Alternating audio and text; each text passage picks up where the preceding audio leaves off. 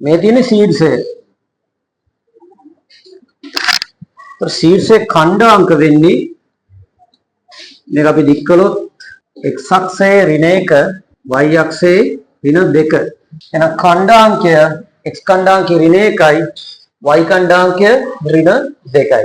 ශීර්ෂයේ ඛණ්ඩාංක ලිව්වා. 2 ශ්‍රිතය ඍණව අඩුවන x යගේ ප්‍රාන්තරය ලියන්න. ශ්‍රිතය ඍණව අඩුවන. ශ්‍රිතය පටන් ගන්නේ මෙහි ඉඳලා ධනව අඩු වෙනවා. මෙතනදී ශ්‍රිතය ශුන්‍ය වෙනවා. ඊට පස්සේ මේ කොටසදී ශ්‍රිතය ඍණව අඩු වේගෙන ගිහිල්ලා අවමයක් වෙනවා. ඊට පස්සේ ආයි ශ්‍රිතය ඍණව වැඩි වෙනවා. ආයි මෙතෙන්ද ශ්‍රිතය ශුන්‍යයි. මේ y ඛණ්ඩාංකයේ බිඳුවයි. ඒ කියන්නේ ශ්‍රිතය ශුන්‍යයි. ඊට පස්සේ ආයි ශ්‍රිතය ධනව වැඩි වේගෙන යනවා. x ඛණ්ඩාංග මෙහෙර ආදේශ ගන්න ශ්‍රිතය ධන අනන්තය වෙනකන් යනවා.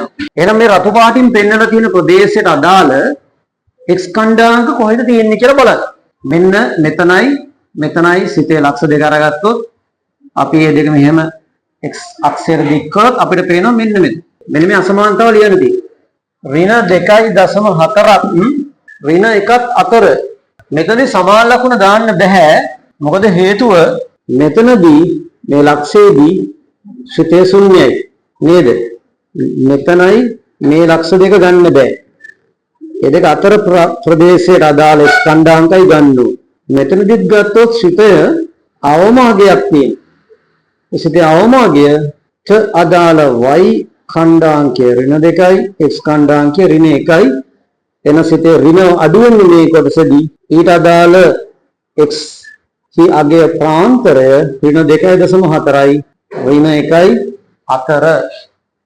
තුන්වෙනි එක මෙතෙන්දී කියනවා ශ්‍රිතය y සමානයි x ධන a සම්පූර්ණ වර්ගය ධන b ආකාරයට සකස් කර a හා b හි අගය සොයන. එතනදී අපි කරන්නේ ශ්‍රිතයේ සම්මිති අක්ෂයේ සමීකරණය ලියා ගන්න.